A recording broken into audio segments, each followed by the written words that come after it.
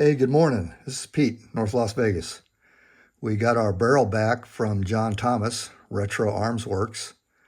Had this FSB installed on a stripped down barrel. It's a Colt barrel.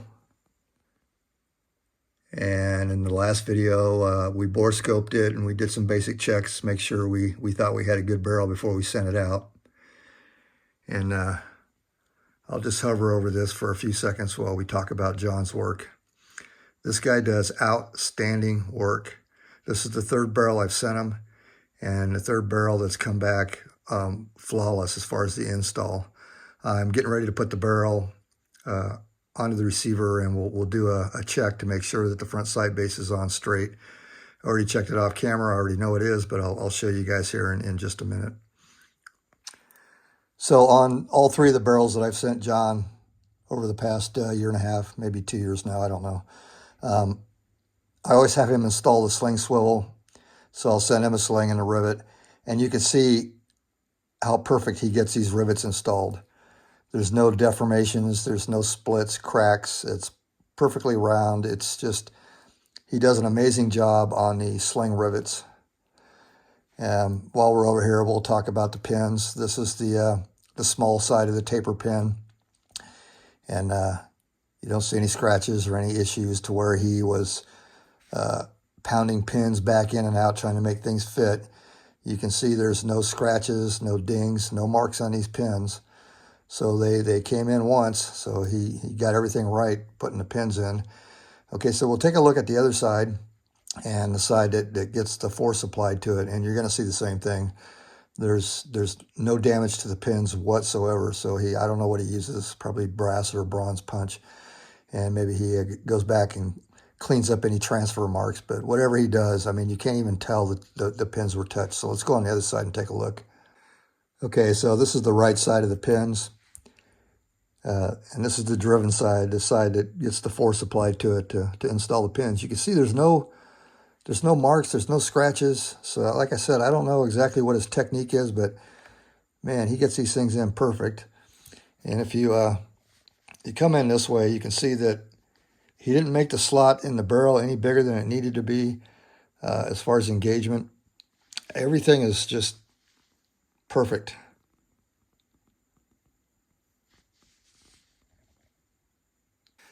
So the notched M203 style handguard end cap here, it's nice and snug up against the FSB. I tried moving it with just some moderate force, and it's a very snug fit. So that means he got all this located this way correctly, and probably if Colt did their job correctly, it's going to be perfect gas port alignment. Okay, so let's get the receiver on the back of the barrel, and we'll use my homemade telescopic dual flyback binatural Kuznetsov FSB straightness gauge. Okay, so we have the gauge fully seated into the receiver carry handle. It's nice and snug. It's all the way down at the bottom where the angle cuts are.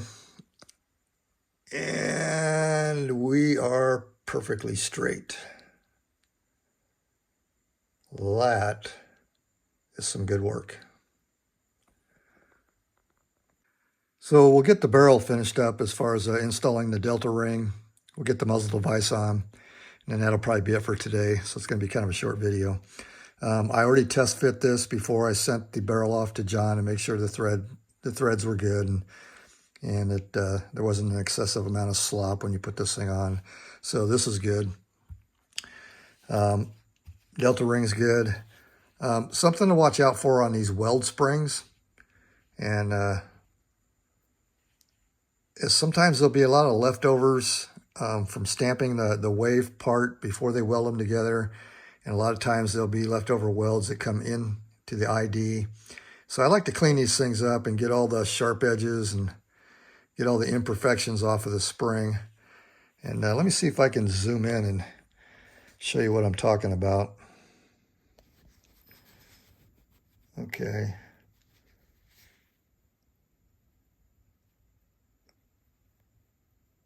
Okay, like right there on that center one on the bottom, that's a piece of, it's kind of sticking out. It's just a little sharp tang.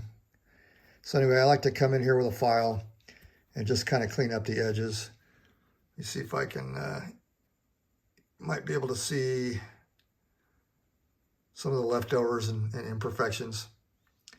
Anyway, I've mentioned this in other videos, but the reason they call this a weld spring is because it's welded together. You know, they bend the spring into a wave, and then they just sandwich everything and weld it together. They spot weld it. So this one's actually not too bad. I've seen some where they just really had a lot of stuff hanging on the edges and sharp stuff, so won't have a whole lot of cleanup work on this one. Okay, I've talked about this before in other build videos, but when they stamp the snap rings, there's a sharp side and there's a more radiused or rounded side, and that's just when the stamping machine comes down, that's just how they end up. And what you do is on your barrel nut groove here, what you want is you can run your finger over and figure out which side is kind of radiused or rounded and which side has the sharp edge. And on this one here, okay, so this is the sharp side here. The sharp side you want facing in the direction of thrust. So when you have your delta ring on here and you're putting your hand guards on, the thrust direction is going to be this way. And depending on how tight your hand guards are and how much force you have to put on this, especially if you use a tool. If you use a tool, you possibly could put enough force on this to where if you had the rounded edge facing in the direction of thrust, that rounded edge could allow this snap ring to walk out of the groove. So you want to put the sharp edge in the direction of thrust to help make sure that this snap ring stays in that groove. Okay, so I wasn't sure if the camera would pick it up, but I got my camera on pretty much full zoom, and it picks it up pretty well. What I was talking about on the radiused, rounded edge of the snap ring versus the sharp edge when they stamp these things, this is the radius side. You can see there's a curvature there. And let me flip this over, and we should be able to see that this is the sharp side. And all snap rings that I know of are stamped like this. And if you're into machinery like motorcycles, cars, transmissions, that kind of stuff, a lot of times in the manuals, they will put notes in there about this, about how to install a snap ring so that your transmission doesn't blow apart under load. So anyway, like I said, I didn't think the camera would pick it up, but it does. So once again, this is the sharp side. And that's the rounded side. Sharp side in the direction of thrust, and that will help prevent this snap ring from popping out of the groove on the barrel nut. Okay, I know I'm kind of repeating myself, but sharp edge of the snap ring, direction of thrust, which in this case will be to the rear of the barrel. So we'll get this thing put on and we'll take a look at the completed project. Just a couple more things to talk about and we'll be done here. Okay, so after I get my snap ring installed, I want to come around and make sure that it's captured in the groove of the barrel nut. Everywhere it's supposed to be. This side looks good. Spin it around. And that side looks good. Or does it?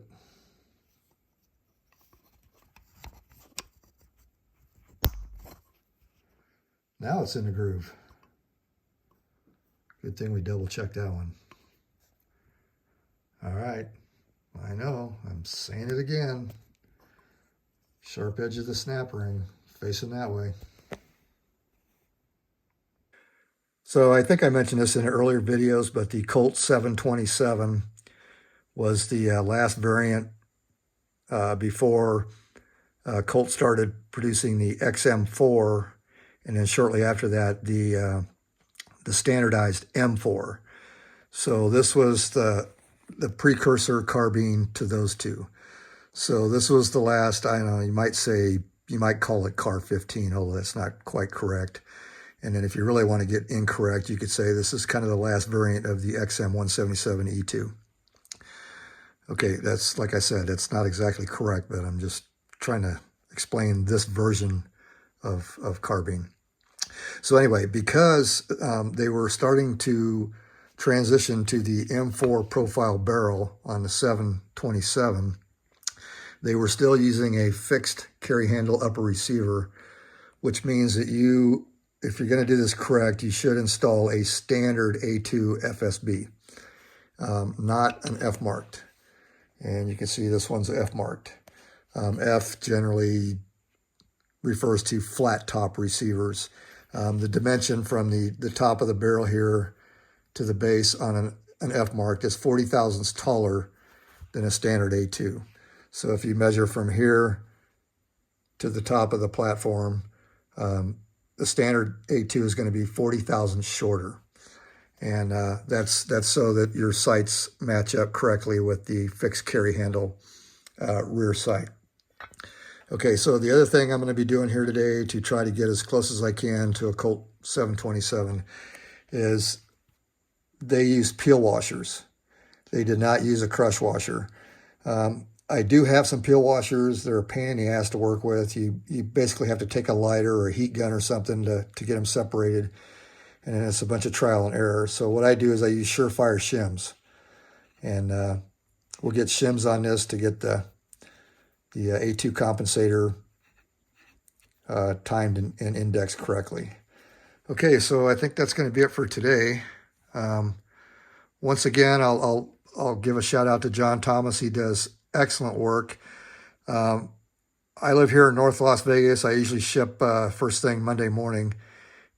In all three cases, all three barrels that I've sent him over the years, he usually gets them like late Thursday morning or Thursday afternoon. By late Thursday afternoon, early evening, I have a shipping tracking number. And then when I check on it the next day, which would be Friday, it's actually been picked up by USPS and on the truck to me. So he gets the work done as soon as he gets the barrels in. It's just, I don't know. I can't say enough about his service. But like I said, this is the third barrel I've sent him. The third one has come back perfectly aligned and perfectly installed. Very happy with John Thomas, Retro Arms Works in Warsaw, Illinois. All right, Pete, North Las Vegas.